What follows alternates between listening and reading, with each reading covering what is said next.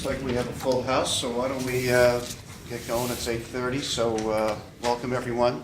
Just a quick note, Darrell is the keynote speaker this morning, or I guess later today from Schenectady on a Capital Mayor's Summit. He's giving the keynote speech, so Darrell's not going to be here today, so we will not have his input or his president's report, and he already expressed his regret, but we will catch up with Darrell next month.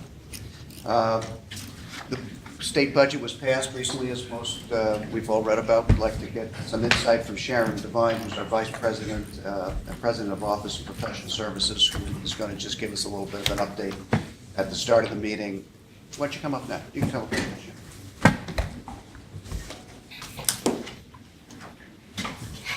How did we do?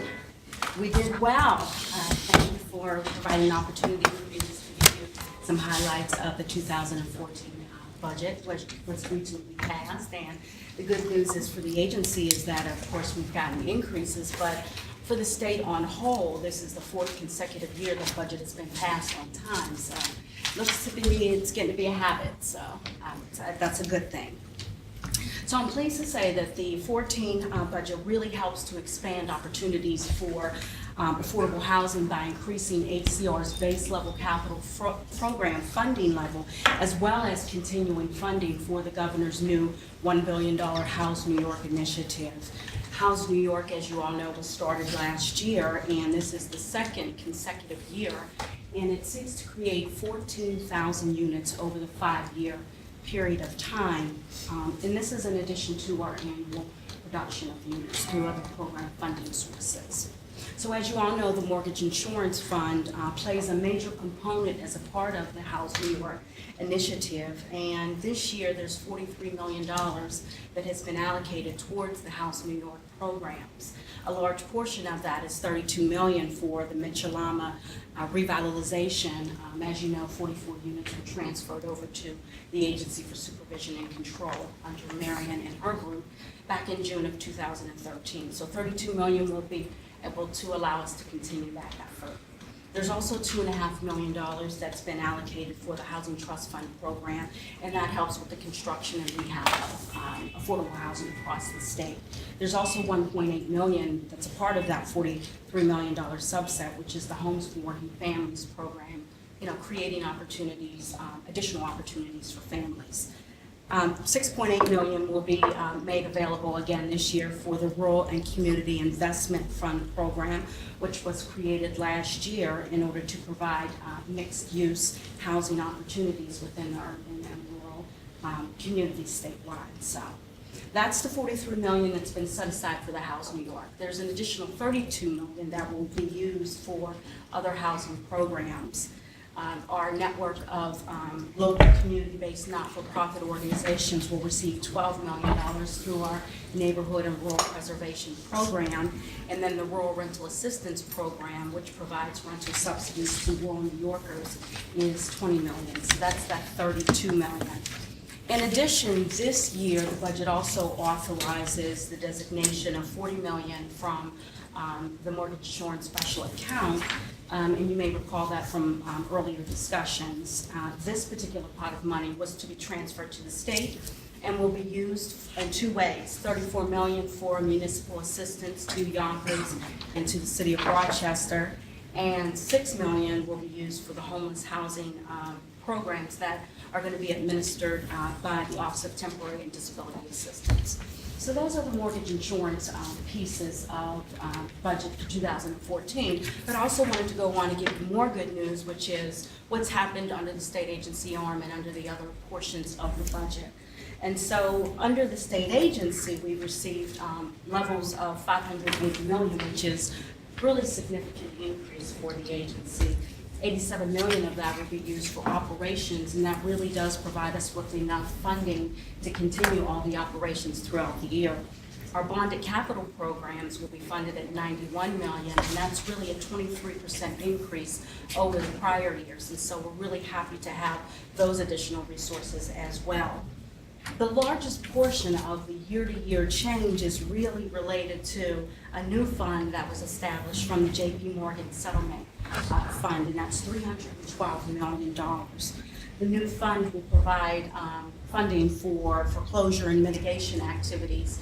$58 million will be available early this year, and then the remaining portions will become available in the out periods. The funds will support activities that are consistent with the J.P. Morgan settlement. It'll include traditional foreclosure activities, as well as open up some opportunities for housing remediation, as well as anti-blight projects and other capital expenses. The specific use of the funds, that'll be negotiated via an MOU that will be between the Director of the Budget, the Legislature, in consultation with the Commissioner. So it's an exciting new source of funding for the agency in order to move affordable housing projects. Another source of funding that became available is $100 million from the storm recovery, disaster recovery account. HCR will be working in collaboration with the storm recovery account to help storm impacted areas preserve or create new affordable housing, multifamily housing in those areas. Our Office of Finance and Development is leading that effort, and Mary and her team have already been in conversations with the STORM team and is working on plans and ideas for how that can move forward. So we're excited about that as well. And then one last piece is sort of interesting to me, and I wasn't sure whether I was going to present it or not, but I thought maybe you would want to know about it. It's funding for a grandparent study. There's $200,000, and that study will help us to understand and evaluate the housing needs of grandparents and elderly caregivers. And that'll be done in conjunction with other social service agencies like Aging, Family and Children Services. And so it's a collective effort, and we're hoping it'll produce some information to help guide our programs and services as well. So that's, I think, the major highlights. Thank you. A lot of good highlights. Mark? I'd like to ask a question. Sure. Aaron, you, I think, mentioned that the recovery money would be for market rate housing. Did I get that wrong? Well, they're working on plans for how that would be used, but I don't believe any solid plans have come out. But I heard you say market rate and that, and I would put it together in my head, and I didn't come out right. That's not our intentions. Good. Okay, We're thank gonna use it as an additional source of funds for projects we'd otherwise fund, likely with bond deals. So the HFA board will see those projects as they move forward. Thoughts, comments? Anything from Albany? Tom or Elaine, any comments, questions? Yes, one, that's certainly quite a bit of good news in aggregate, and assuming the chairman is comfortable, perhaps we could hear from Sharon a bit more regularly throughout the next 12 months in terms of how we're deploying these additional funds. And then to the extent that any of us can be helpful in terms of either the MOU or other underlying agreements in terms of the prioritization of those funds, that those might be good topics for the board to add as a regular agenda item. Yeah, I think that makes sense. Maybe we can do it quarterly or something like that where you could come back. You're so well-spoken anyway. It's nice to hear you come and present, so. Elaine, any thoughts or comments? Thank you as always for the good work No, in the I have budget nothing office. to add. Thank you, Sharon, for the overview. Good. I think it was just the right amount of information for this first briefing. Yeah, no, it's good news. It continues the governor's commitment to this sector, to affordability, so it's a good thing. And then the budget on time, Albany's more functional these days, which is also a great thing, so. Absolutely. Good. Okay, Sharon, thank you. Now we go over to Mr. Secretary Jason, who will take the requisite legal steps to get us going. Great, thank you very much, Mr. Chairman, and good morning, everybody. I will note that Commissioner Tom Maddox, Elaine McCann, and is that Ida that I see that has joined up there in Albany? Yes, it is. Yep. Our state treasurer is here as well. Good morning. And Ida Brewer are participating in the meeting via video conference from the New York State Division of Budget Conference Center at the Capitol Building, room 131 in Albany. I will now ask for motions and seconds to call to order the April 10, 2014 meetings of the New York State Housing Finance Agency, the New York State Affordable Housing Corporation, the State of New York Mortgage Agency, State of New York Municipal Bond Bank Agency, and the Tobacco Settlement Financing Corporation. Can I have a motion and a second for HFA and AHC? Second. A motion and a second for SONYMA. Second. Motions and a second for MBBA and TSFC. So moved. Second. You guys are in sync, I like to see that. We didn't send a memo out beforehand. Obviously. As items are presented to each board throughout today's meetings, these motions and seconds will be used unless specific items call for a different vote, or unless any board member or director wishes to record his or her vote differently. As our chairman mentioned, we will not have a president's report this time. We'll look forward to hearing that next time. And before we go on to a report on the committee actions, there's just one administrative matter that I wanted to mention. It's been discussed previously by the board members that it would be good to have a training or educational session for the board to learn more in depth about what the various groups and programs at HCR do. And we are currently working on planning this event. The date that we have that we're looking at for this event would be July 17th. And by the way, we will send a follow-up email with all this information so everybody can check their calendars and reply. But it looks to be an exciting event. We've actually been talking with Nestor, who has graciously suggested having this event at Fordham Law School next to Lincoln Center. And so the one scheduling item that we did want to raise with the board is that we currently have our July board meeting scheduled for July 10th. The thought has been, which we wanted to ask the board about, is would the board members prefer to have our board meeting on July 17th, which would be the same day as the training session? The idea is that we would do the board meeting here at 6:41 in the morning at the usual time, and then have people, after the meeting concludes, move over to Fordham for the board retreat.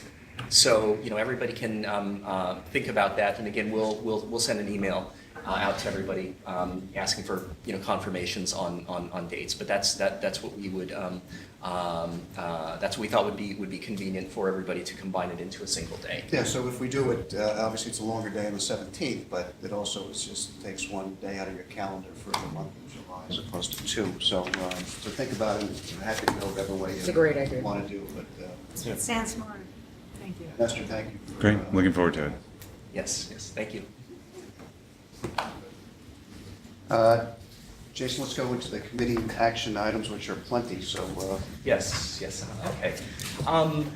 As for the audit committees, and this is for all 5 agencies, on April 8th, the committees met and took the following actions. All 5 committees adopted minutes. All 5 committees adopted a resolution approving internal audit's work plan for the fiscal year 2015. All 5 committees adopted a resolution approving the internal audit follow-up of the 2012 audit reports together with management response.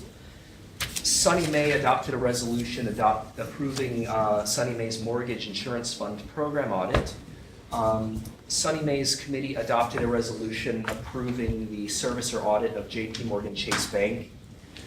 All 5 committees adopted a resolution recommending for approval the 8th audit committee's self-evaluation.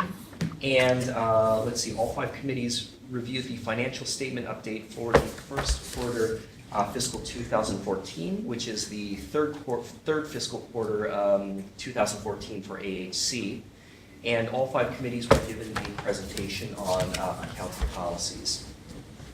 As for the governance committees, and again this is for all 5 agencies, on April 8th the committees met and took the following actions. All 5 committees adopted minutes. All 5 committees adopted a resolution recommending approval of the 8th annual evaluation by the governance committees. HFA and SONYMA adopted a resolution approving the agency's information technology contracts with Application-Oriented Designs, Inc., Housing and Development Software, LLC, RealPage, Inc., Exand Corp., and a review of IT-related expenditures paid with purchase orders.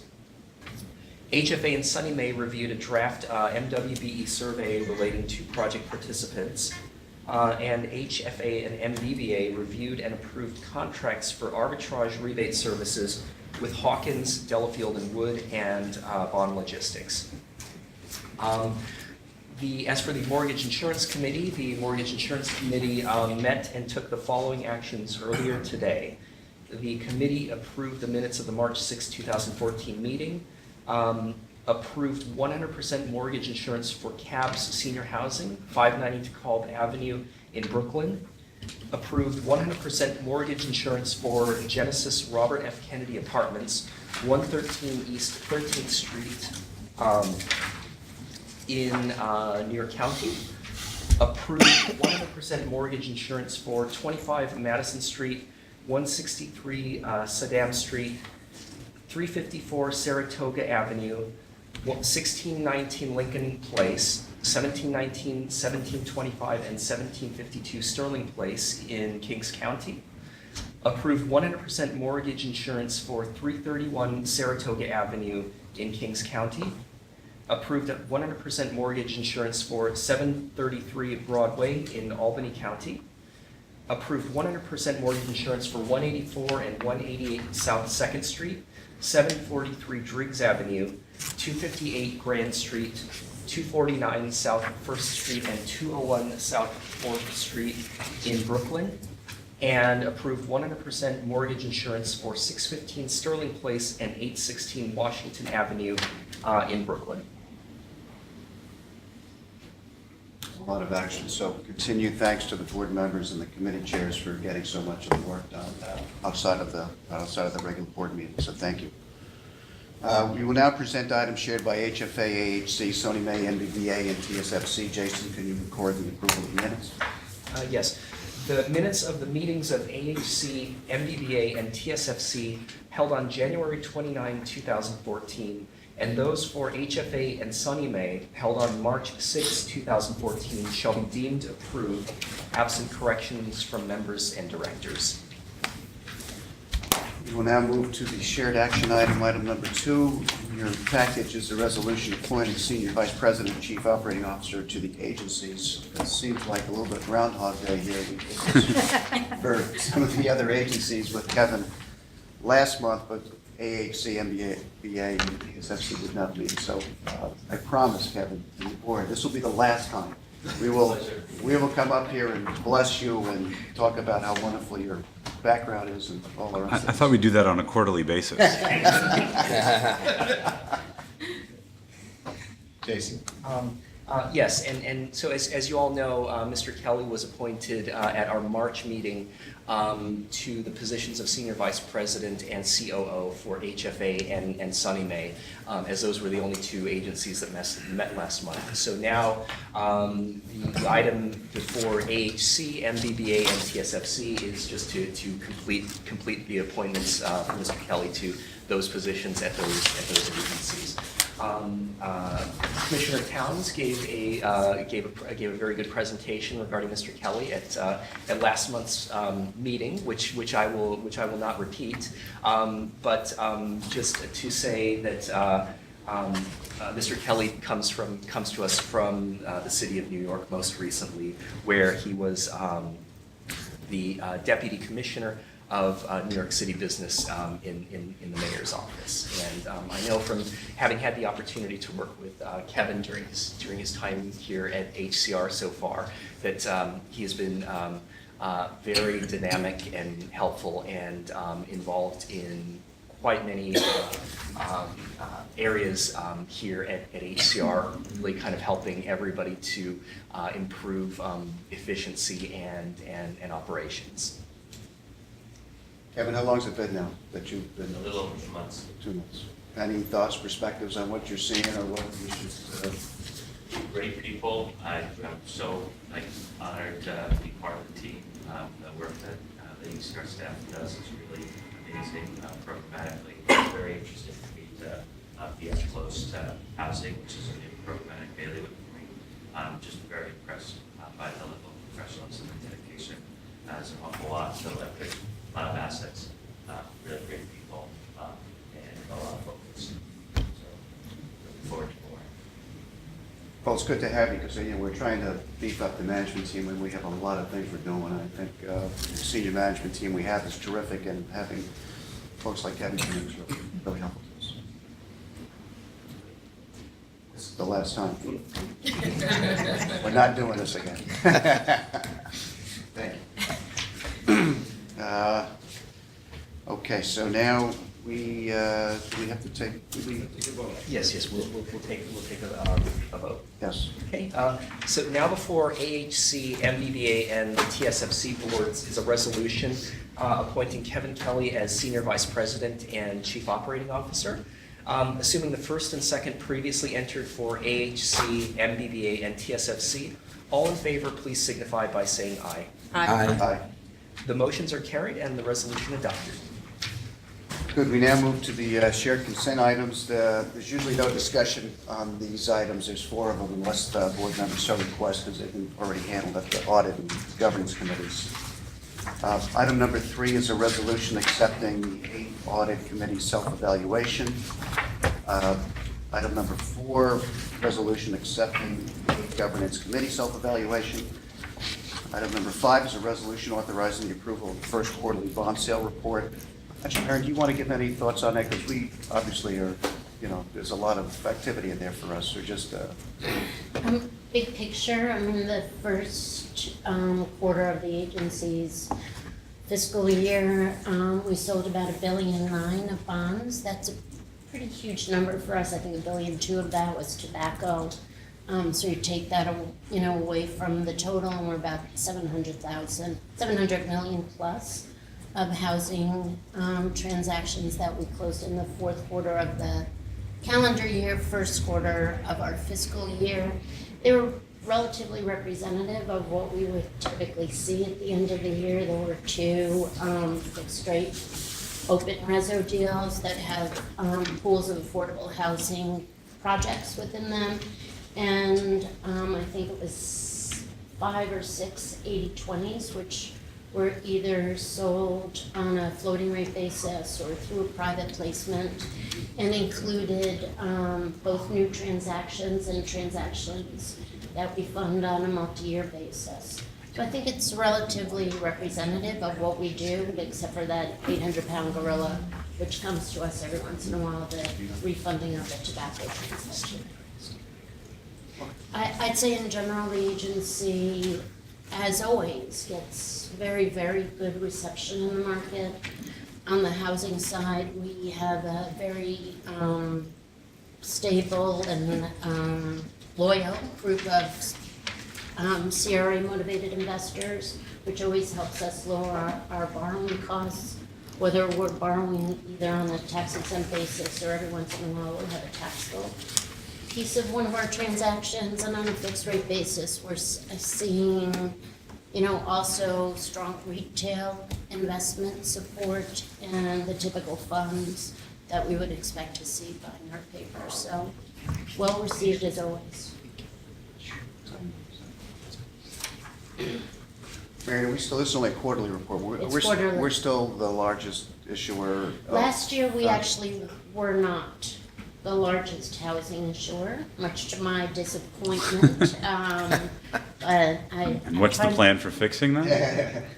Who actually issued more bonds in the state of New York? Well, HDC did. Oh, HDC, So I thought you were asking in terms of housing issuers on a nationwide basis, which we had been the #1 issuer for the past 6 years. Last year, HDC did a big refunding for NYCHA, and that boosted their numbers. We'll see what happens this year. Yeah, but that was kind of a one-time event. It was and, one time. I do wonder with the change that we're making to HFA to only fund the affordable piece of transactions.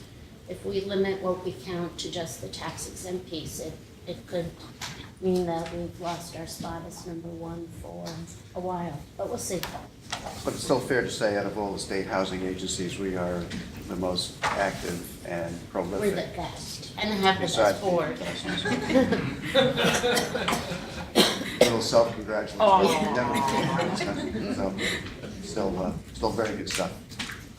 The last consent item, as we got off there, was item number 6, which is a resolution reviewing and approving first quarter investment reports for the period ending January 31st, 2014 of HFA, SONYMA, MBVA, TSFC, and the third quarter investment report for the period ending December 31st for AHC.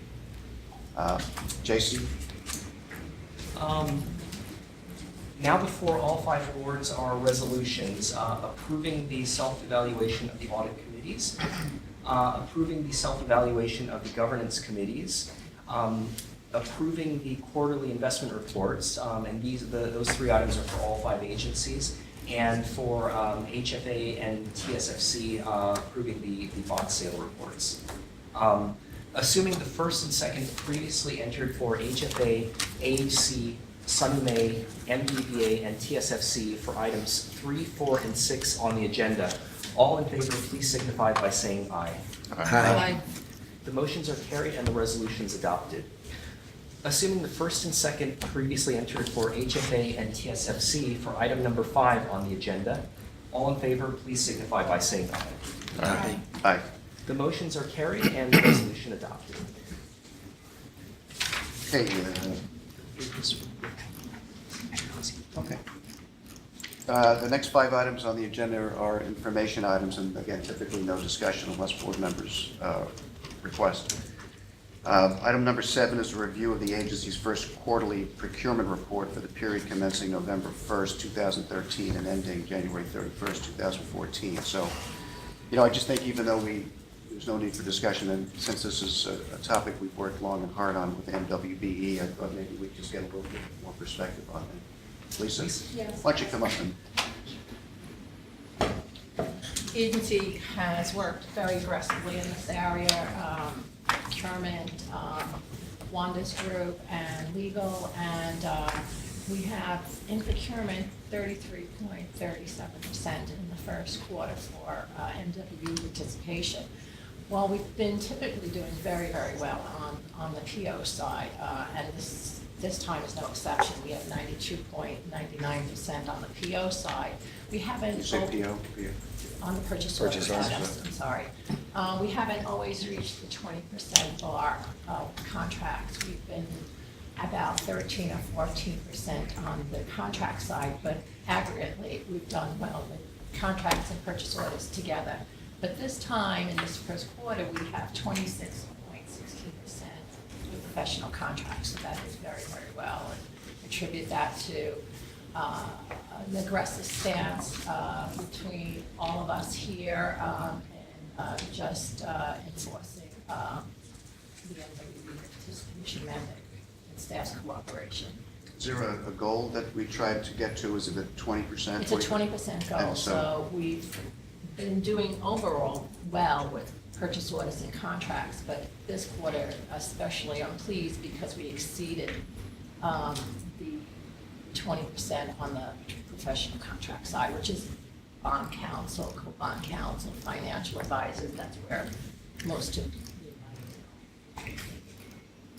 Esther?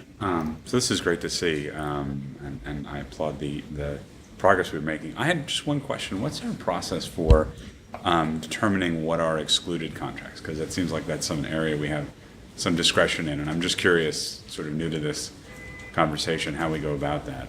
When we first started our guidance from the state was to separate the contracts into 3 categories. Those with MWB opportunities, those that were exempt from the state, which are not required to have MWB participation. And those in the exclusionary area were those where staff at the time did not know of any opportunities in the area despite our outreaching to MWBEs. Our goal has been to eliminate all contracts in that exclusion category.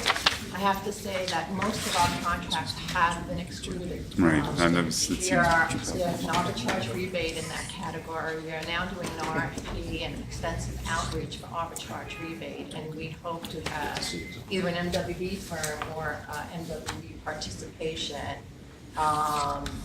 There's one or two others, but there's very few in that exclusion category.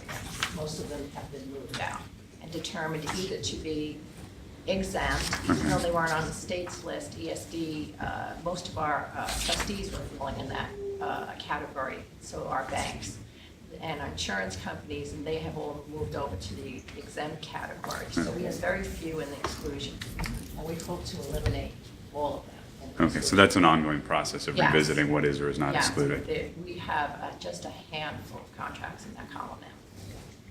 Okay, so maybe I'm just again, this is sort of just, so maybe I'm reading the report wrong, but it seemed like it, in terms of the overall percentage, it looks like it seemed like there were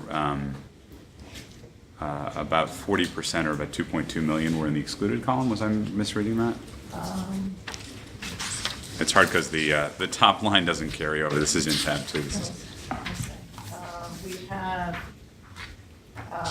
7.7 in the city category. I must just have misreading that. I'm sorry. It's on page 5 of the end of the report on the bottom. Okay, great. Thanks. There's 39% in the MWD availability, 7.7. I see. Okay. Included and 53 exempt. Great. Thank you. That's a huge increase, 39. Yes, it is. Thank you. Good, thank you.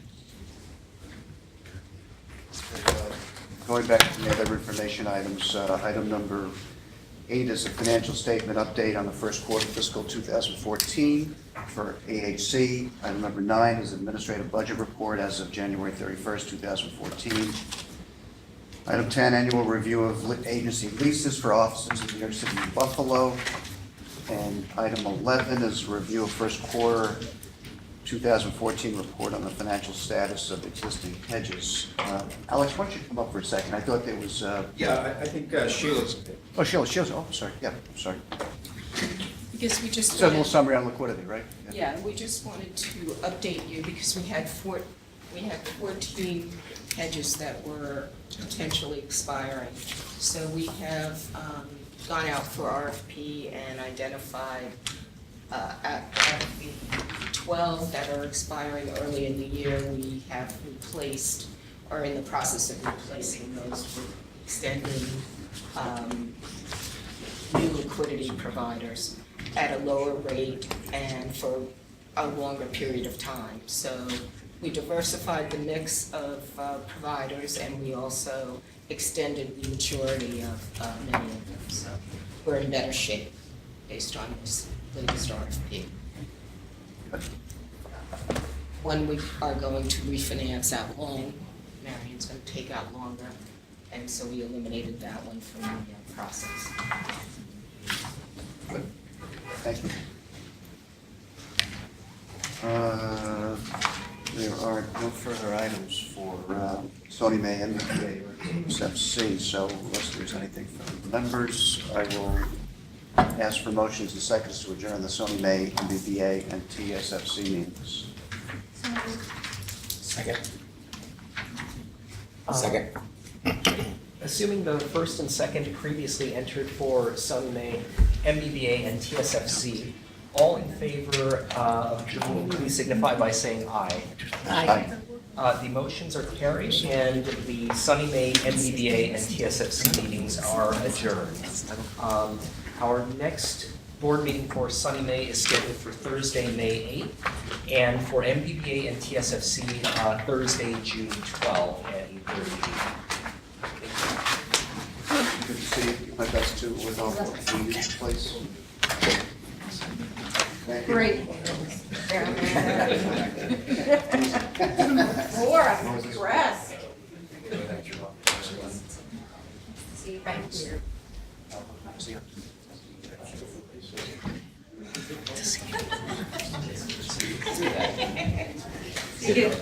thanks, buddy.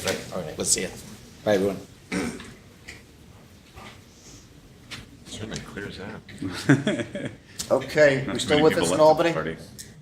Good, Yes, we are. terrific. We now move to the HFA action item at this point. I call to order the 33rd Finance and Program Committee meeting of HFA, which will be held jointly with the board meeting. Can I have a motion to open the committee meeting? So moved. Thank you. Is there a second? Second. You can say. Thank you. Still a wingman. Can't hear that. We will use these recorded votes as we move forward. Jason? The minutes of the 32nd meeting of the HFA Finance and Program Committee held on January 29, 2014 shall be deemed approved absent corrections from the members.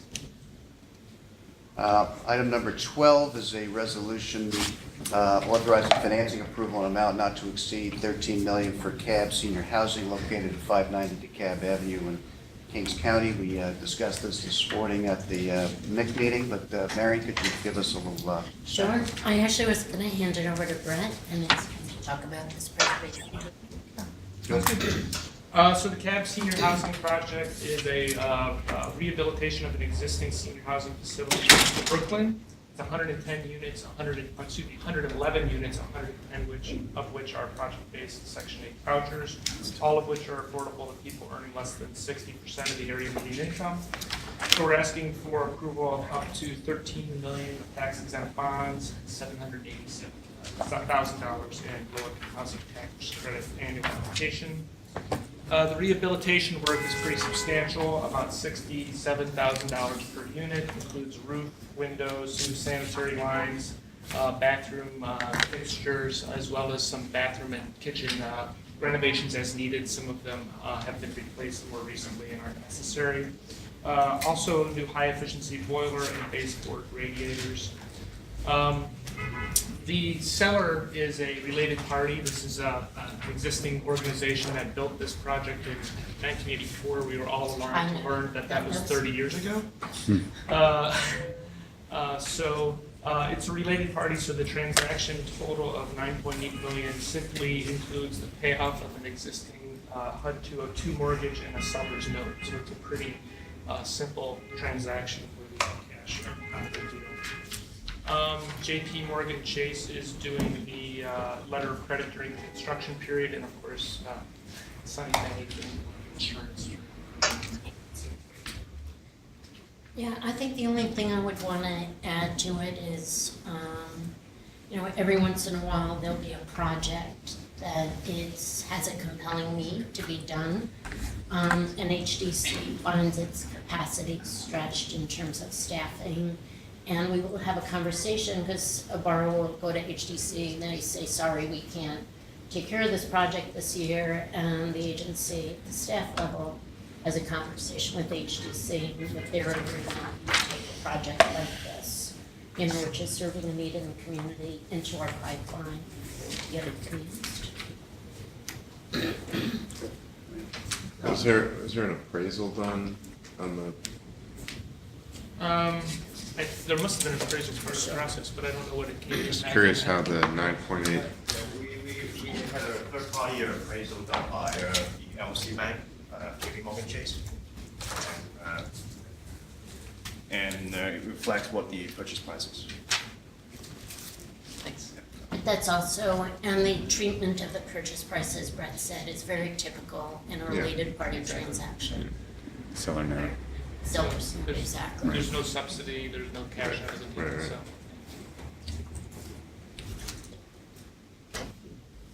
Looks terrific. Good. Yeah, that's Yes. good. All right, nothing else, no comments, questions, Jason? Now before the committee and board are resolutions to be adopted that were transmitted in connection with this item. Assuming the first and second previously entered for the Finance Program Committee, all in favor, please signify by saying aye. Aye. The motion is carried and the resolution adopted.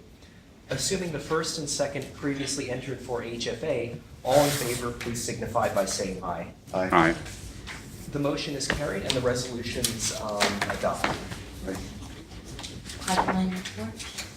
Yes, so we just have one last remaining item, which is the pipeline report. So, we talked as a board about getting a little better sense of what's coming up. I think this is a very good and appropriate time. So, Do they have these they do have up in them in Albany? Albany. Thank you. So let's give you a sense of what we're up to. And I thought that the best way to do this was to put this in the context of what we've done in prior years. So we're gonna walk this through with that as the backdrop. So the first chart, are you guys with us? Units and projects financed, and we have bar charts for what we've done to 2011 to 2013. Before we get started on this, I want to thank Gloria and her team for helping us pull together all the background facts and put them in a way that we hope is easily digested by the board. So over the last 3 years, we've roughly done, I would say, somewhere in the range of 25 to 30 projects a year based on current staffing levels. Sometimes also we're a bit constrained in subsidy dollars, but as you heard from Sharon, there was a slight tick up in homes for working families, which is one of the resources we use in our bond transactions.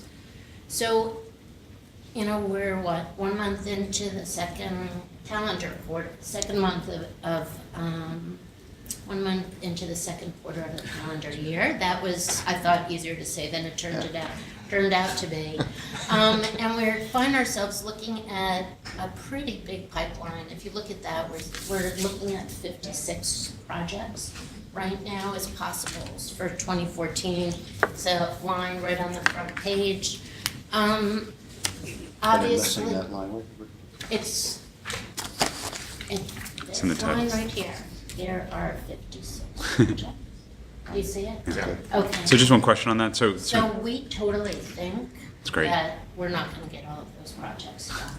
So what will happen over the course of the next, what is it? I can't do the math, 6 to 12, over the next months through the end of the year, is that projects will not be able to pull themselves together.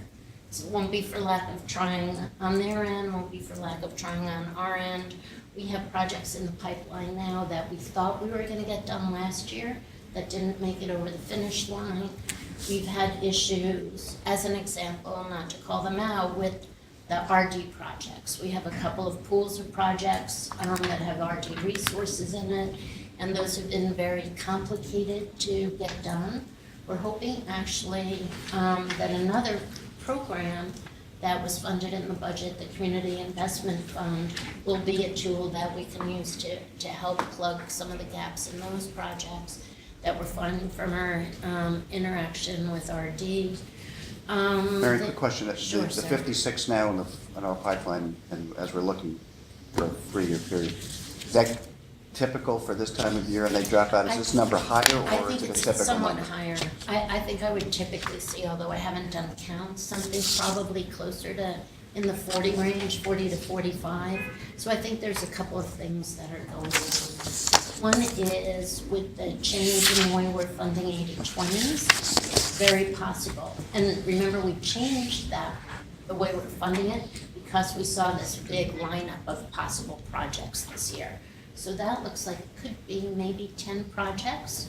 It will use less of our tax exempt resources, but there's a number of projects that are lining up for possible financing. I think that's one thing. And then I think the other thing that's going on is that because HUD has changed the way they're prioritizing projects for the RAD program, and also just because of the expiration date anyway of the RAP and rent contracts for the Mitchell-Lama portfolio, we're seeing about 12, I think there's 12 possible projects that could be moving forward this year. Again, whether everybody makes it over the finish line or not will be, not for lack of trying on everybody's part, sometimes all the pieces don't come together.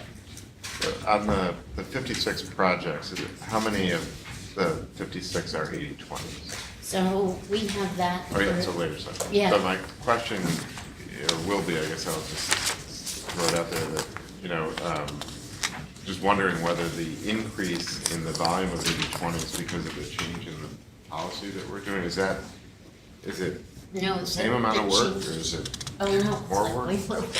It's way more work. It is. So the fact that It we're only is. doing the affordable piece doesn't change, so that's what That I'm makes saying. it so much more complicated. It has taken something that's vanilla and changed it to something So I'll hold that- my question, but it's gonna be a It's not even right, it's like Rocky Road, like on steroids. My question's gonna be about staffing and whether you have the right resources, but why don't we wait until you get there? Okay. That's right, Mary. Just one question on the sort of the top line front. Sure. We'll let you get to the rest of the slides, but so in terms of number of projects, does this all? I assume the left column is number of units, or what is that? The thousands. I'm trying to understand this chart. Yes. Number of units. Okay, it's not marked. And so reflecting the change in how we're funding, how would the 56 projects compare unit-wise to past years? Again, in the back. Okay. So just bear with me 1 second. Because we've done this 2 ways in the back, taking out the 80/20s and then including them. Okay. Because I didn't want to skew what we're doing. So if we look at the total units, this is on the next to the last slide. And I have the annotated version, which I of course have lost. Did I pass out my version to anyone? All right then. Happy to share. Bear with me 1 second. Do you have the one with my notes on it? No. I had a cheat sheet version. I know. Bear with me 1 second. Help from the gallery. Here it is. Oh, here's the gallery. Thank you. Thanks, Gloria. So the total units, this year would be somewhat over 4,000.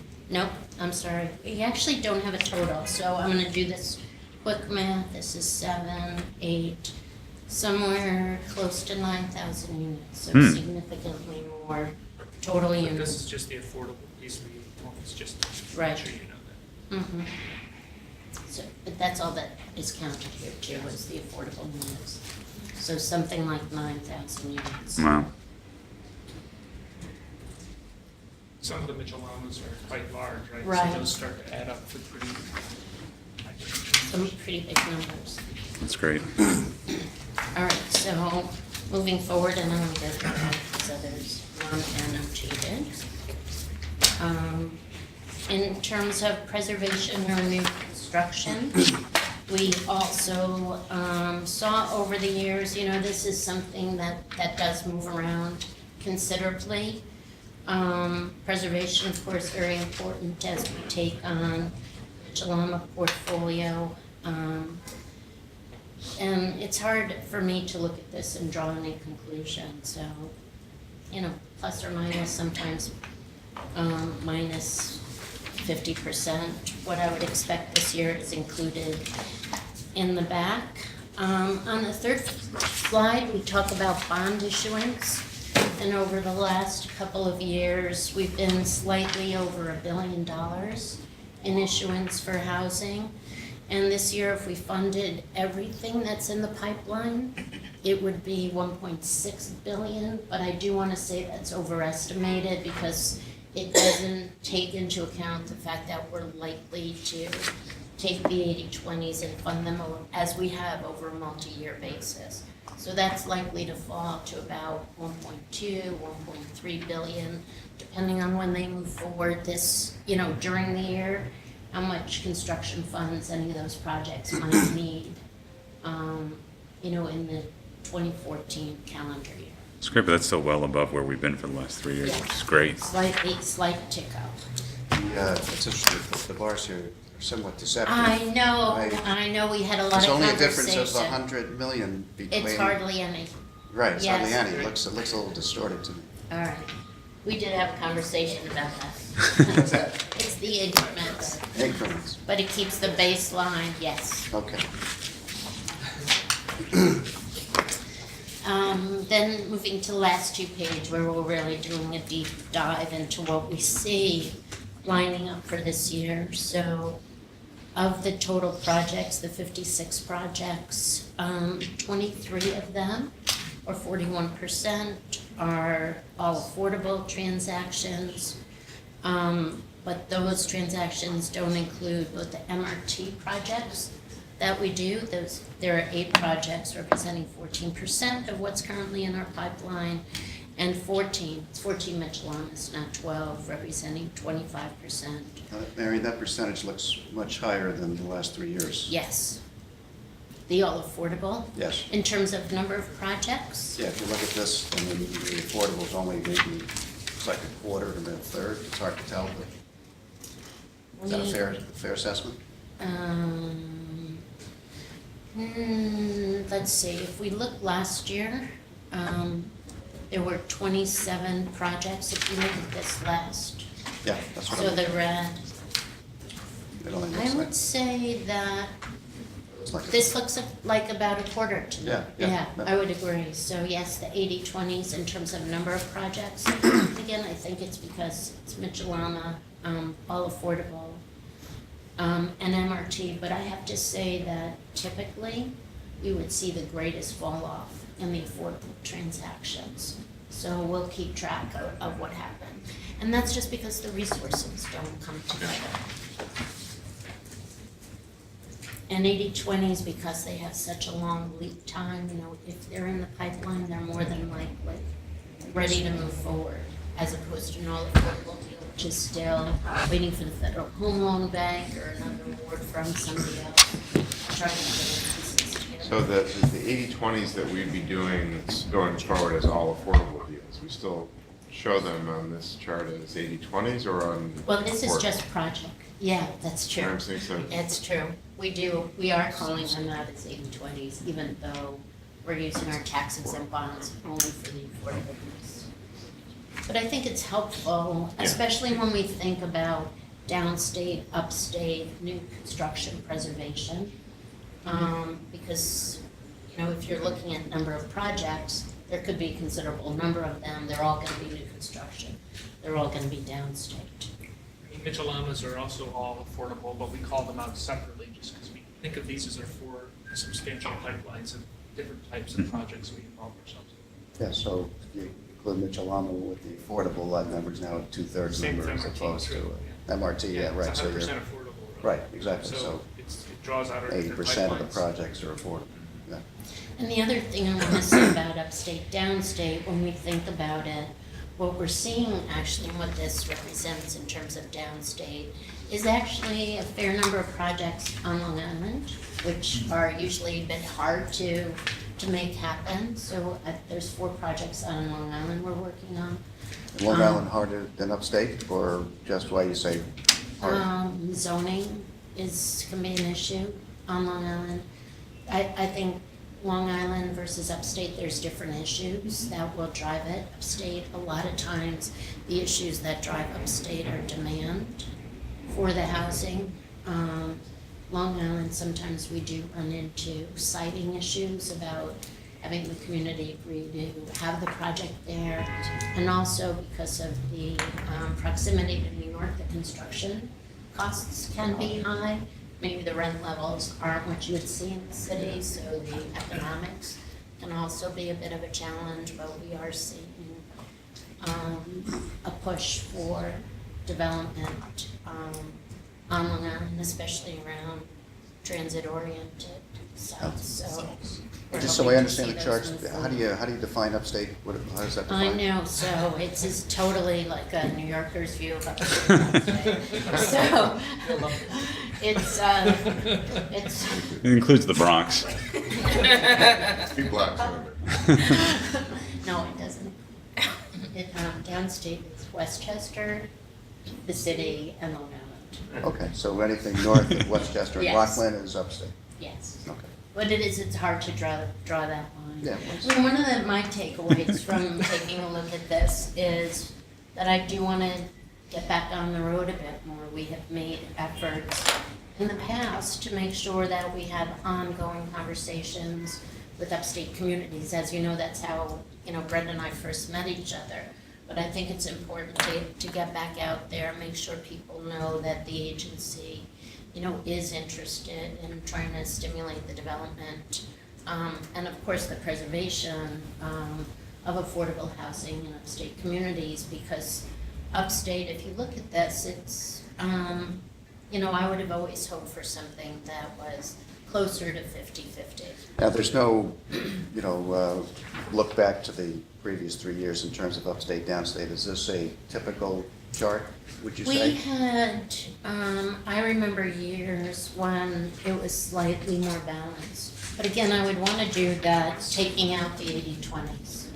And the other driver that we're seeing right now of upstate, downstate, as Brett mentioned, is some of the Michelamas that we see moving forward are the downstate ones. So there's projects in Westchester that we're working on, and also projects largely in Brooklyn. And also all the MRT projects are by Right. definition are in New York City. So Right. at the moment. So if you took that out, which didn't exist previously, it's another thing that skews it down the state. Right. So we are. It would be helpful going Go ahead. forward, if we're going to make this pipeline report sort of a regular feature, it would be helpful, Bill, to your point, to have some trend analysis included in that too, so that there's, whether it's some sort of a rolling 3-year period that we would review, or some sort of a baseline period that would allow us to compare current activities with historical. And what I would have sort thought of. 3 to 5 years is the right range. Right. Okay. I agree. So we tried to, pull out units, projects, and look at it in these ways. Are there other metrics, other things you want us to be pulling out for discussion, analysis? Well, I would defer to Mr. Weiss on sort of the 80-20 versus, other splits that we might want to, focus on. But some of that might be informed by a look ahead, right? If we're anticipating changes with respect to what's coming, it might be helpful to put that in the context of what we've done in the past. So for example, if there's going to be more of a focus, on affordable versus other segments, then maybe that's something we can focus on specifically. Yeah, let me give it some thought and I'll reach out to you. Okay. Thanks, Tim.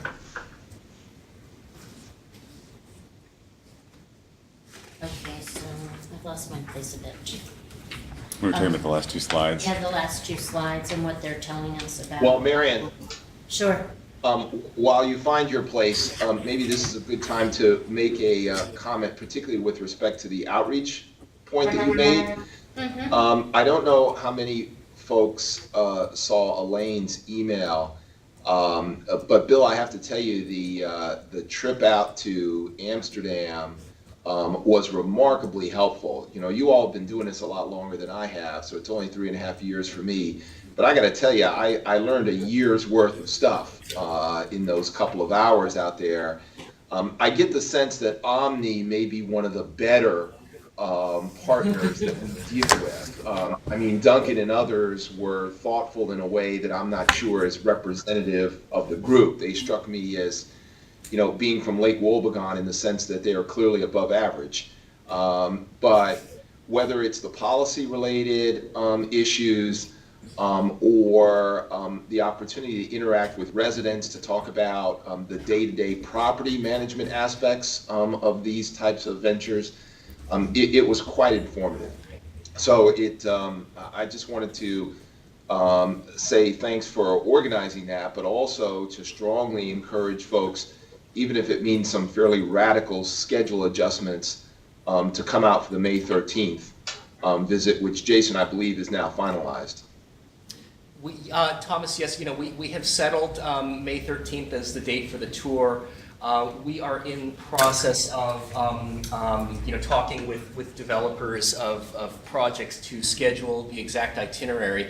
But Tom, to your point, we are going to try to integrate opportunities to talk with residents of these projects. And I know, Daryl has emphasized that as well. I mean, particularly, I think for the board members, the thought is that it just gives an entirely new perspective and meaning to the important work that the board does. And I would agree. It seems that there's no substitute for actually going out and seeing one of these projects in person. It just makes real all the work that the board members do. That we meet here once a month and we talk about these projects on paper, but it's completely different to actually see it in person, physically. So let me And just. Marion, I would also Sure. add, and I suspect I would speak for the broader group, as you begin to think about sort of an uptick of outreach activities, it might be helpful to think about who should join you. So for example, I would have thought having one or more board members with you as we do some of this outreach would send a pretty powerful signal, particularly to some of the upstate communities where that type of visit probably doesn't happen all that often, right? And also, we might be able to think about ways to engage local officials, mayors and others that we've already got relationships with through the Regional Economic Development Council process. That's a great idea. It might be worth thinking about kind of expanding the group, maybe not quite to minibus proportions, but having one or two board members accompany you might be helpful. Sure, I appreciate that. Yeah, and it's definitely the municipalities that I would otherwise think to visit. But I also think about it, it's kind of a summit that we had done in upstate New York back in 2007 when I first joined the agency, and it pulled together a big group of developers, local municipalities, not-for-profits, to talk about what it is that the agency does, made sure people knew the resources that were available to them. So I think we'll relook at that. The other thing, in following up what Jason said about our May 14th visit, I want to... May 13th. 13th, 14th Lysafa. I want to talk a bit about what we've envisioned and the types of projects that we're expecting to visit. So I do have on the agenda a quick stop at an 80-20, but I would like a little feedback on thumbs up, on thumbs down, if you want to see that. Then visiting one of the larger Michelana projects that's already under construction, visiting in Westchester County a new construction, but basically a reconstruction of a public housing authority site where they took down the campus type setting and are integrating the streetscape back into, this is in Rochelle. And then we were thinking about seeing something a bit more suburban in northern Westchester County. And so. So the trip is Manhattan, north Manhattan, to Westchester. Bronx, New Westchester. Rochelle, northern Westchester. That's at this point what we're assuming. Give you a sense of the range of what we do. I'm trying to make, the only one I haven't made contact with yet is the 80-20. I'm hoping to bring the board to see Mount Sinai. Mount Sinai, just because it has in its base office space for the hospital and doctor space and scientific space, and kind of one of the more interesting of those projects. And hope to put that all together. But so far, everybody's very excited that you're coming. We're assuming sort of about an hour and a half, to get a sense of what the projects are about and have the right people there. And I do want to say, Tom, to your point, Duncan Barrett is, that was a choice to go see his project. He's very thoughtful about what he does, and he does stand out in the industry. He's a great, great partner for the agency. All right. So units, projects, types of projects that the agency is working on. And, we would like some feedback to make sure this is what you want to see from us, to give you a sense of what we're working on, what you should expect to be coming your way this year. So if the board does have feedback on what this looks like and what we're showing you beyond what we've heard already today, we'd appreciate that. Just one other suggestion, I don't feel like I need to see this on a quarterly basis, but maybe at the end of the year, to Stephen's point, it might be nice to see the map, so it's not just upstate, downstate, but the sort of sense of geographically, yeah. Okay. I think that'd be helpful. Again, I don't know that needs to be quarterly, but maybe once a year, that'd be helpful. We did something that Board Retreat wants to look at where these points of interest around the state, and there's gaps. Yeah. And some places are definitely much more active than others. Okay. And that would Right, help us and think again, about part of outreach. that, remember what HFA is doing, we're financing transit projects with tax exempt bonds. Right. And, because of the complexity of the financing, because of the cost to do a financing like that, we would typically see projects, that have a minimum size, maybe 7,500 units plus. And that's not necessarily something that's gonna work in a very small upstate community. It's why we like the RD deals that we're working on, because those tend to be much smaller projects, and we're trying to aggregate them to one financing. So we're excited about that, and I do think we'll be able to get those done this year.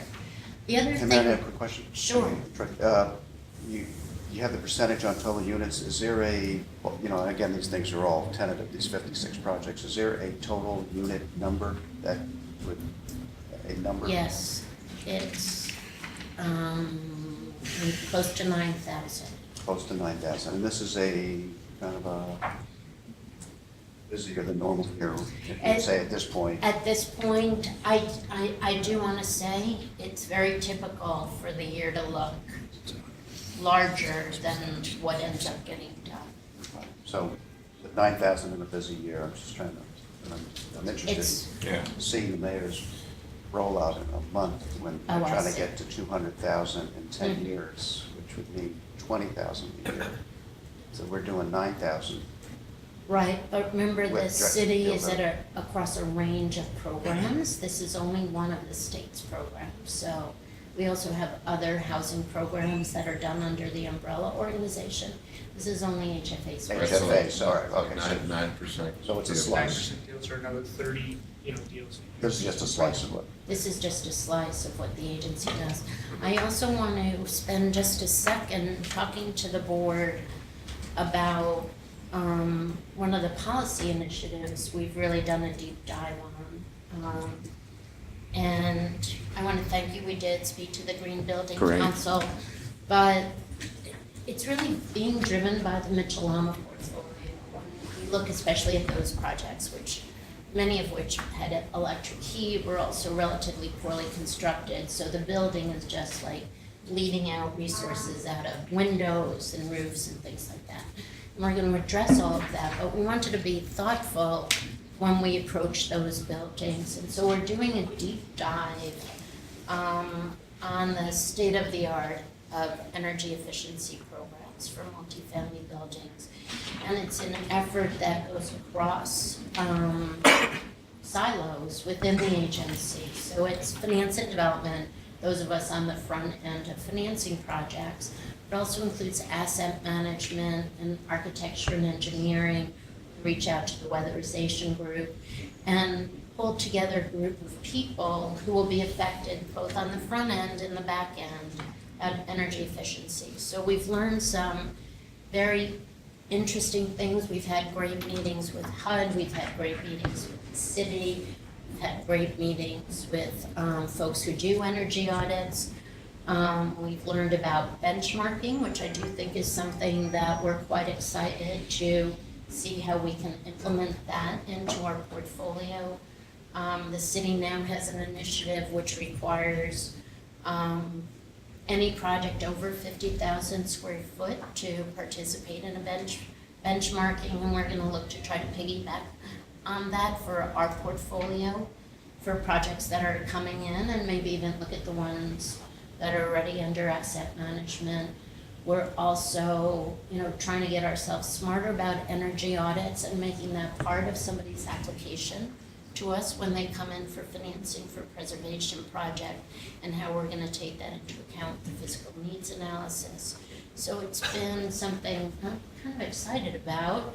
Brett also has been at the table at these meetings, as has a broad group of people, and so I like the sort of cross, fertilization within the organization to think about things front and back end, get everybody's input on it, and we'll keep you up to date, and you'll see it in our projects as we move forward with them and make decisions about, what we're gonna invest in, how we're gonna tackle the energy audit issue and the benchmarking issue as well. I've got a couple of questions. So just kind of following up on Bill's point about the number of units, and it appears to be another very busy year. My question to you is, do you have the right staff resources, and what can we be doing to be helpful to you in that regard if you don't? And, because it seems like I've heard of a couple of people retiring, we brought in some people, but I'm not sure if you're filling the gaps that you need for production, and so maybe you could just address that. Sure. We have job openings for 2 people at this point. I do want to thank Kevin, is in the room. Kevin's been, helpful in trying to, develop some momentum about getting things moving forward. Sometimes it is hard to fill those positions. Tries to reach out to a broad group of industry participants to let them know of those openings. We're looking for a senior underwriter, which I do think would be a key position to fill in the multifamily finance group. And also somebody at a more junior level, so somebody could see, a career path into the organization and help us just keep track of the data, which always seems like as monumental a task sometimes as getting the projects done. You want to talk a bit more about that? Yeah, the senior underwriter is a real key piece. We also, brought on staff Karen Phillips too, so we have another management team, management member in the multifamily programs area, and she's really been helping facilitate a lot of these kind of overarching issues that cross both the 9% and the 4% world energy audits being one of them. On the program side, so it's been great to have more bandwidth. But the senior underwriter's definitely key. We've got that position posted. We've received a number of resumes and we'll start interviewing soon. And then the junior position, right now we're thinking it being called the admin analyst. So it's a support person that will help our senior underwriters as well as our junior underwriters through the projects, and actually kind of establish somebody who would then, we would hope, if they're successful, kind of move up the ranks as many of our staff have already. So we're excited about that. So that'd be, in total, 4 new people in multifamily programs, myself, Karen, and those 2, with the offset that is the loss of Gail to retirement. So we have, we should have more staff, and I think we'll be able to assign fewer projects among a larger staff, and we'll see if additional is needed. At the underwriter level. Right, and then the only other pressure point that I possibly see, if Jason doesn't mind saying so, is we also, I think you're interviewing, for every project, there's also a project attorney, and so we need to make sure there's not a pressure point there or in the A&E part of the organization. And I'm quite optimistic that Kevin's going to help us get where we need to get. The only other question I have, I guess, is, in terms of, what we can be doing to be helpful to you. I suspect that there's more projects than resources to do them, and is there anything that the board could or should be doing to help to prioritize the work, whether it's policy or, is there anything what resources can we what kind of a resource can we be to you to help to, you So know, in terms of prioritize, we've been operating, under a set of assumptions, but I guess it wouldn't hurt just to say those assumptions out loud and get a sense of the board. So our assumption has always been that the agency's primary mission is to fund affordable housing. So always, if there's always been a decision, we're always gonna look to engage staff, engage our resources on the affordable project side. We're also in the midst of a couple of governor initiatives. One is Michelana, very, very big priority in terms of staff and resources for us, and the other is the MRT program. We're hoping, MRT right now has been, it's part of the governor's Medicaid redesign team. It has made available to the agency a certain amount of capital in the last 2 years. We're finalizing the amount of capital that will come to the agency this year. And with the sort of wrapping up of New York 3, which was a state and city initiative to develop supportive housing in New York City, we're looking to then take whatever resources, depending on the amount of MRT resources we get this year, looking to make those available on a statewide basis. The need for supportive housing exists statewide. And perhaps even, depending on the amount, also making those funds available to 9% deals and 4% deals. So it may end up being, a slightly smaller piece of our pie. I'd say at this point, it's relatively early in the year to, decide whether we're going to get as much cap as we need or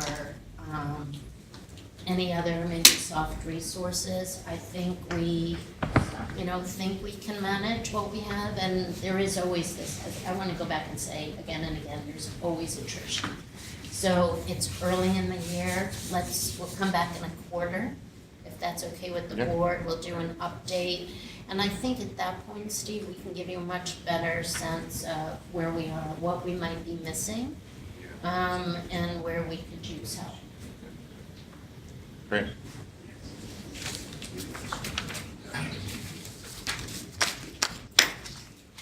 Can I say one more thing to the HFA board? The July date is the date after the PACB, which would mean for any project that didn't make the June board meeting, they would have to wait, till very late August to be funded. Not the best time to do a fixed rate deal because everybody's on vacation and then we run into Labor Day, etc. I want to stay open. I'm not asking anything of the board at this point, but if we do find ourselves as the pipeline comes together, that will create some congestion in what we're doing, we may ask Jason to touch base with the board and just see if we can get you together before the PACB meeting. We're not asking for it now. We love that, the efficiency, but when I look at the calendar, I'm just get a little concerned. I'll just say, we were looking at dates at Fordham not based on any programmatic considerations, and if there's a strong reason to look back to the 10th, I can go back and try and find other space. I'm sure you picked the 7th. I don't want to get in. It really wasn't more than just, there's a nice room available on the 17th. So we were looking at some dates, but I can revisit that. I would never want to interfere with getting the work done. So if there's a reason to do it on the 10th, let me go back and double check. Seems like that would be better. I just Yeah, let me do that, Mary. Yeah, that's a good idea. It looks like Elaine wanted to say something too. I know you announced it. I didn't want to get in the middle of it. No, that's very helpful. We still have time. Okay. Elaine, did you have a point? I was just going to ask about the issue of the, what you were suggesting, Marion, was that if we combine the board meeting with the day of the trip, that we may be too early for a project that the board would vote on that needs to go to PACB? No, it's I'm not really clear. for the July education session. I'm sorry, the education session, right? Right, the July education session is the day after the July PACB meeting, which would mean Yep. then that anything that didn't make our June board meeting would have to wait for the August PACB, which puts us then in the market at that sort of sluggish time of year. It wouldn't be a problem if it was a floating rate transaction. Could you just give us the could you, I'm sorry, there's a little delay, so I don't mean to be interrupting as I speak here, but could you just give us the range of when you're saying we may possibly have to meet? Is that what you're saying? I was just. Is there a window there? I mean, if we could meet the week before, you know, even if we gathered like a smaller group of the board together, you know, so we could make the July PACB meeting. Excellent. But why don't we do this? We're gonna go back, we'll do a deep dive on the portfolio. We'll see how we think the portfolio is going to shake out, what's gonna make the June board meeting, what won't make the June board meeting, and would have problems if it had to wait till August. So, you know, the 17th has left the gate a little bit. I just wanted to flag it in case we had to revisit it. Yeah, no, we're open. Good. Thank you. Thank you. That was great. Good. Any other questions, guys? We're good? Albany, any other questions, thoughts? Good? Good. Okay, good. I think that was very productive. We should Thank you. continue to do this, maybe quarterly? Maybe Quarterly. The right thing. And I think we have some more education items next month too, so I think we'll try to continue doing stuff a little more in depth. Great. So there's no other items for the HFA and AHC board, so I'm going to ask for a motion and second to adjourn meetings. So moved, second. And also, there being no further items for the HFA Finance and Program Committee, can we have a motion and a second to adjourn the Finance and Program Committee? So moved. Second. Okay, assuming the first and second previously entered for the HFA Finance and Program Committee, all in favor of adjourning, please signify by saying aye. Aye. Aye. The motion is carried and the meeting is adjourned. Assuming the first and second previously entered for the HFA and AHC boards, all in favor of adjourning, please signify by saying aye. Aye. The motions are carried and the meetings are adjourned. And our next board meeting is scheduled for Thursday, May 8, 2014 at 8:30 a.m. Thank you. Good.